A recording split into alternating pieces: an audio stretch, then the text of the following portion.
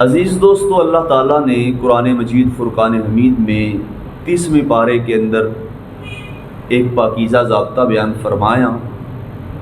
سورہ فجر کی یہ پہلی 2 آیات ہے جو آپ کے سامنے تلاوت کی ہے۔ اللہ تعالیٰ سورہ فجر کے اندر فرماتا ہے والفجر ولیال عشر، فرمایا ہمیں قسم ہے فجر کی، ولیال عشر اور 10 راتوں کی۔ ان بابرکت آیات میں اللہ تعالیٰ نے ایک تو فجر کے وقت کی قسم اٹھائی ہے، اور دوسرا اللہ تعالیٰ نے 10 راتوں کی قسم اٹھائی ہے۔ سادہ سا مفہوم ہے آیت کا، لیکن جب تک کسی بھی آیت کا پس منظر، اس کا بیک گراؤنڈ نہ دیکھا جائے، اس وقت تک کامل جو ہے اس کا مفہوم واضح نہیں ہوتا۔ اس آیت کا پس منظر جو تفسیر خازن کے اندر حضرت عبداللہ ابن عباس رضی اللہ تعالی عنہ آپ نے بیان فرمایا ہے، حضرت عبداللہ ابن عباس رضی اللہ تعالیٰ عنہ نے اس آیت مبارکہ والفجر ولیال عشر، اس کی تفسیر کیا بیان فرمائی ہے۔ آپ فرماتے ہیں اللہ تعالیٰ نے اس میں یہ جو 2 قسموں کا ذکر فرمایا ہے، ایک تو ہے والفجر، فجر کے وقت کی قسم، اور دوسرا ولیال عشر، 10 راتوں کی قسم۔ فرماتے ہیں یہ جو ولیال عشر ہے نا، اس سے مراد یہ ذوالحج کے مہینے کی پہلی 10 راتوں کی قسم اللہ نے اٹھائی ہے۔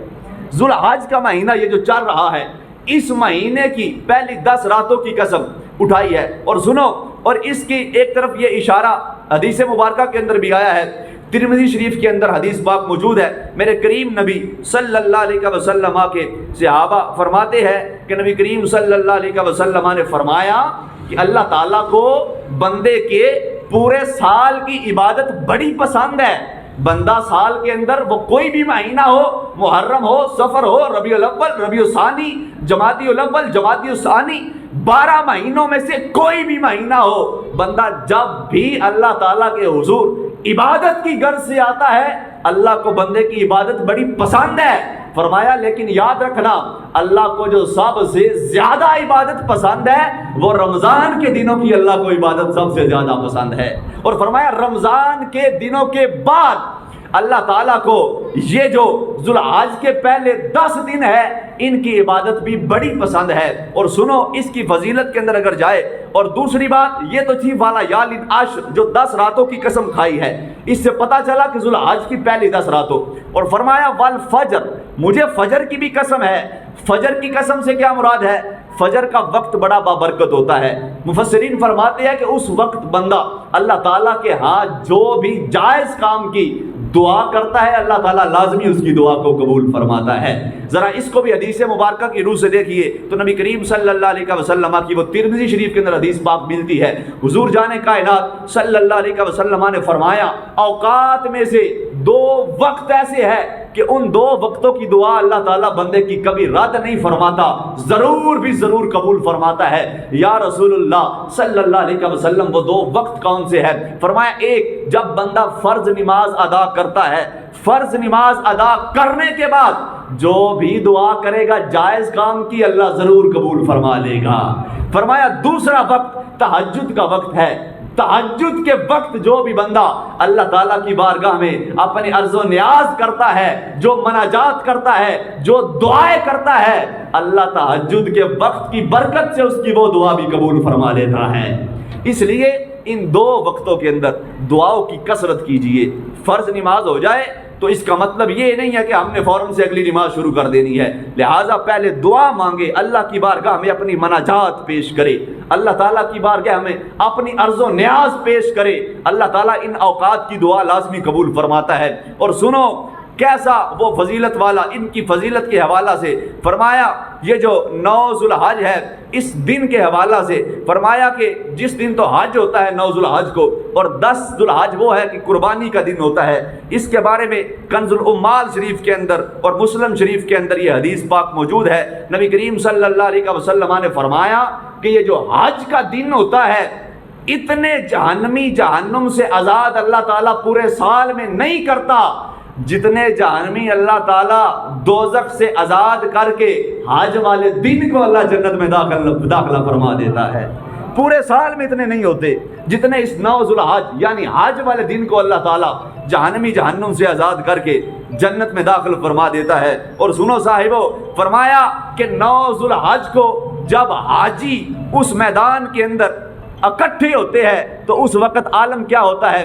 اللہ تعالیٰ خالق کائنات فرماتا ہے 9 ذوالحج کو جب حاجی سارے اس میدان کے اندر آ کے اکٹھے ہوتے ہیں تو اللہ تعالیٰ اپنے فرشتوں کے سامنے فخر محسوس کرتا ہے کہ دیکھو یہ میرے بندے ہیں زمین کے اوپر اتفاق کے ساتھ، اتحاد کے ساتھ، محبت کے ساتھ، معرفت کے ساتھ اکٹھے ہوئے ہیں۔ فرمایا دیکھو میری رضا کی خاطر انہوں نے اپنے جناب والا سر کو ننگا رکھا ہوا ہے، میری رضا کی خاطر وہ قیمتی لباس پہننے والے بھی وہ قیمتی لباس اتار کے محض جو میں نے 2 چادروں کا حکم دیا ہے 2 چادریں اپنے بدن پر لپیٹے ہوئے آئے ہیں۔ فرمایا میری رضا کی خاطر قیمتی جوتے بھی چھوڑ کے آئے ہیں، سارا کچھ لائف سٹائل سائیڈ پہ رکھے اللہ کو راضی کرنے کے لیے آج صرف یہ 2 چادریں اپنے جسموں کے اوپر سجا کر حج کے میدان میں آئے ہیں۔ فرمایا یاد رکھو ان کا یہ عمل مجھے اتنا پسند آ گیا ہے، میں اللہ تعالیٰ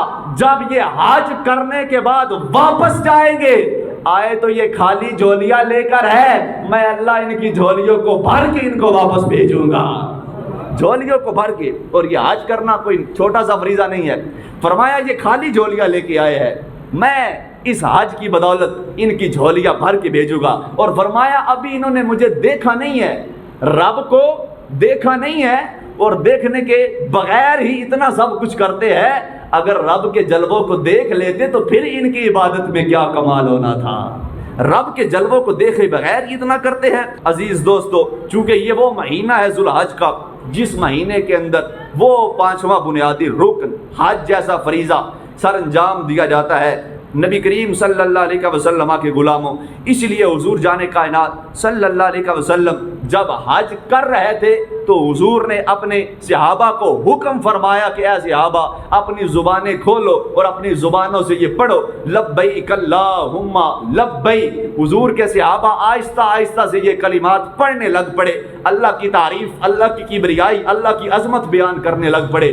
تو جبریل امین بارگاہ نبوی میں حاضر ہوئے اور آ کر کہتے ہیں یا سیدی یا رسول اللہ صلی اللہ علیہ وسلم اپنے صحابہ سے کہیے کہ آج یہ لبیک اللہم لبیک آہستہ آواز سے نہیں کہنا بلکہ بلند آواز سے اللہ کا ذکر کرے۔ تو نبی پاک صلی اللہ علیہ وسلم کے غلاموں صحابہ تو ٹھیک کر رہے تھے اس لیے کہ ان کو پتا تھا قرآن میں حکم آیا ہے لا ترفعوا اصواتکم فوق صوت النبی، اللہ فرماتا ہے میرے یار حبیب محمد کی آواز سے اونچی آواز نہ کرنا۔ صحابہ اس آیت پر عمل کرتے ہوئے آہستہ پڑھ رہے تھے، لیکن جب جبریل امین آئے اور یہ حکم لے کر آئے تو اللہ تعالیٰ کے حبیب نے فرمایا اب اپنی آوازوں کو اونچا کرو اور بلند آواز سے اللہ کا ذکر کرو۔ اس کے اندر حکمتیں 2 مفسرین نے بیان فرمائی ہے۔ فرمایا پہلی حکمت یہ ہے کہ اللہ تعالیٰ کی کبریائی بیان ہو رہی ہے کہ جب بندہ کہتا ہے لبیک اللہم لبیک اے میرے رب میں حاضر ہوں، بندہ اللہ تعالیٰ کی کبریائی کو بیان کر رہا ہے۔ اور فرمایا دوسری حکمت اس کے اندر یہ ہے کہ جب بندہ ایسے کرتا ہے بلند آواز سے پڑھتا ہے تو بندے کا پڑھنے والا ذکر پتھر بھی سنتے ہیں، پہاڑ بھی سنتے ہیں۔ فرمایا یاد رکھو جب بندے کا کیا گیا ذکر یہ پتھر اور پہاڑ سنتے ہیں، بندے کو سن کر یہ پتھر اور پہاڑ بھی اللہ کا ذکر کرنا شروع کر دیتے ہیں۔ اور اگلی بات یہاں بس نہیں، فرمایا یہ پتھر اور پہاڑ ذکر کرتے بھی ہے اور بندے کے اس ذکر پر بندے کے گواہ بھی بن جاتے ہیں۔ فرمایا کل محشر کا میدان ہوگا، یہ پتھر اور پہاڑ اس گواہی کو لے کے اللہ کی بارگاہ میں حاضر ہوں گے اور جا کر کہیں گے کہ یا باری تعالیٰ یہ وہ بندے ہیں جو زمین کے اوپر چلتے تھے اور کہتے تھے لبیک اللہم لبیک، اللہ تیری کبریائی کو بیان کرتے، تیری عظمت کو بیان کرتے۔ اے خالق کائنات ہم یہ گواہی لے کے آئے ہیں، ہماری گواہی کو قبول کر دے، ان کو جنت میں داخلہ نصیب فرما دے۔ یہ پتھر اور پہاڑ ہر چیز اللہ کی بارگاہ میں گواہی دے گی۔ اسی لیے صاحبو، جب ذکر خدا کی باری آ جائے، ذکر مصطفیٰ کی باری آ جائے تو اپنی زبانوں کو سنبھال کے نہیں رکھنا، اپنی زبانوں کو کھولیے، اس ذکر کو بلند کرے۔ زمین پر اللہ تعالیٰ کا ذکر جتنا بلند ہوگا، زمین پر اسی لحاظ سے آپ کے مراتب بھی بلند ہوتے جائیں گے۔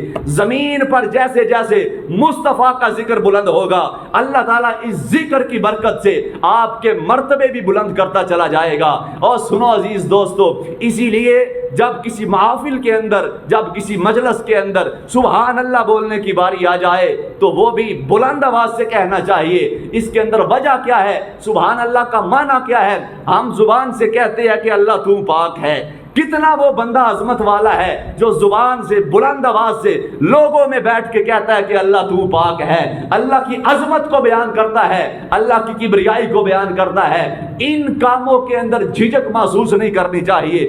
ذکر خدا کی باری آئے یا ذکر مصطفیٰ کی باری آئے، ان اعمال میں جھجک نہیں ہونی چاہیے، بلکہ جھجک والے اعمال کے اندر ہم جھجک محسوس نہیں کرتے، لیکن جب ذکر خدا کی باری آئے، ذکر مصطفیٰ کی باری آئے تو ہم جھجک محسوس کرتے ہیں۔ یاد رکھو، اگر چاہتے ہو اللہ بھی راضی ہو، اللہ کا یار بھی راضی ہو جائے تو زمین کے اوپر رہ کر اللہ کا ذکر بھی کرنا پڑے گا، اللہ کے یار محمد کا ذکر بھی کرنا پڑے گا۔ حج اے عام عبادت نہیں سمجھو، فرمایا جڑا حج کر کے آوے گا جھگڑا نہیں کرے گا، خون ریزی نہیں کرے گا تے سارے حج دے ارکان بھی بہترین طریقے نال ادا کرے گا۔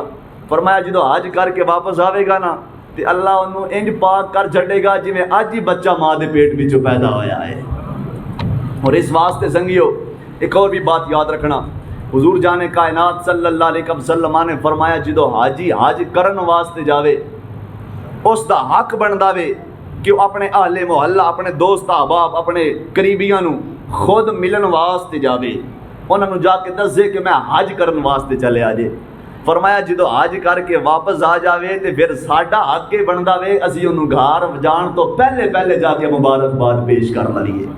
فرمایا یاد رکھنا، یہ بھی روایت حضور جان کائنات صلی اللہ علیہ وسلم کی ہے۔ فرمایا جب حج کرنے والا حج کر کے آتا ہے، ابھی گھر داخل ہونے سے پہلے ہمارا یہ حق بنتا ہے کہ اس بندے کو ملے، اس کو مبارکباد دے اور اس سے یہ عرض کرے کہ ہمارے لیے بھی اللہ کی بارگاہ میں دعا کرو کہ اللہ ہمیں بخش دے۔ اس لیے فرمایا وہ جو حج کر کے آیا ہے وہ چونکہ گناہوں سے بالکل پاک ہو گیا ہے، پکا جنتی ہو کے آیا ہے۔ فرمایا اب جس بندے کے لیے دعا کرتا جائے گا اللہ اسے بھی جنت میں داخلہ نصیب فرماتا چلا جائے گا۔ یہ حج ہے۔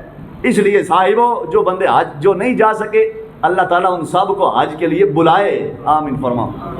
اور جو چلے گئے ہیں، آپ کا یہ فریضہ بنتا ہے، آپ کا یہ حق بنتا ہے، آپ سنت پہ عمل کرے۔